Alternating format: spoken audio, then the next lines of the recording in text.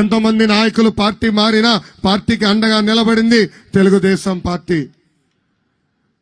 అందుకే 2014లో మీకోసం ప్రత్యేకంగా కార్యకర్తల సంక్షేమ నిధి ఏర్పాటు చేశాం.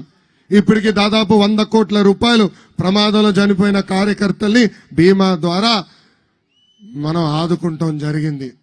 ఇది తెలుగుదేశం పార్టీకి ఉన్న చిత్తశుద్ధి. కార్యకర్తలందరూ ఆలోచించాలా. ఒకవేళ మనం ప్రమాదంలో చనిపోతే మన పిల్లల్ని కూడా చదివిస్తున్న వ్యక్తి మన నాయకుడు చంద్రబాబు నాయుడు గారు. 2019 నుంచి 24 వరకు మన పైన అనేక కేసులు పెట్టారు, అన్ని రకాలుగా మనం వేధించారు, కానీ మనం తగ్గేదే లేదు. నా పైన 22 కేసులు పెట్టారు, ఎస్సీ ఎస్టీ కేసు పెట్టారు, అటెంప్ట్ మర్డర్ కేసు పెట్టారు. నేను వెనక్కి తిరిగానా? నేను తగ్గానా? పాదయాత్రలు అడుగడుగునా నన్ను ఇబ్బంది పెట్టారు.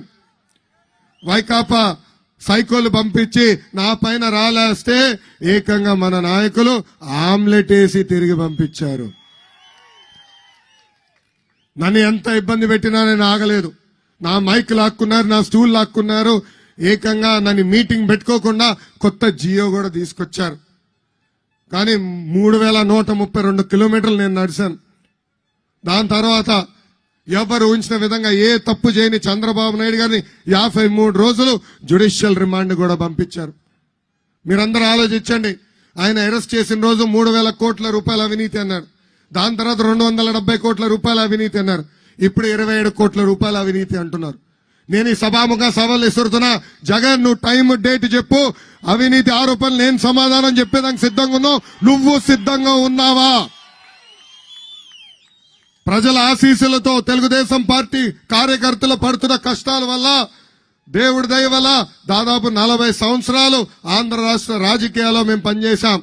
15 సంవత్సరాలు ముఖ్యమంత్రిగా, 15 సంవత్సరాలు ప్రతిపక్ష నేతగా చంద్రబాబు నాయుడు గారు ప్రజలకి అహర్నిశలు సేవ అందించారు. ఏనాడు ఆయన అవినీతి చేయలేదు. నిప్పులాగా బతికిన వ్యక్తి. రాబోయే రోజుల్లో ప్రతిదీ వడ్డీతో సహా చెల్లిస్తానని జగన్ కూడా నేను హెచ్చరిక జారీ చేస్తున్నా. వైకాపా నాయకులు కూడా తెలుపుతున్నా, పెద్దలు కోరినట్టు మీ అందరి పేర్లు నా బుక్ లో రాసుకుంటా. ఏ వైకాపా నాయకులు, ఏ ప్రభుత్వ అధికారులు చట్టాన్ని ఉల్లంఘించి మన ఇబ్బంది పెట్టారో వాళ్ళందరి పేర్లు నా పుస్తకంలో ఉంది. ఈ పుస్తకం నేను ఎందుకు రాశానంటే, కొంతమంది అధికారులు మన ప్రభుత్వం ఏర్పడిన తర్వాత వేరే వాళ్ళ ద్వారా రికమెండేషన్ చేసుకుని పోస్టింగ్లకు వస్తారు. వాళ్ళ పేర్లు నేను మర్చిపోకూడదు కనుకనే పుస్తకంలో రాసి పెట్టుకున్నా. తప్పనిసరిగా జ్యుడిషియల్ ఎంక్వైరీ చేస్తాం.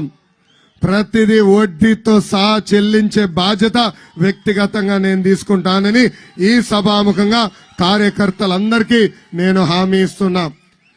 అన్న ఎన్టీఆర్ మన దేవుడు, చంద్రబాబు గారు మన రాముడు, కానీ వైకాపా నాయకులకి మీ లోకేష్ మూర్ఖుడు.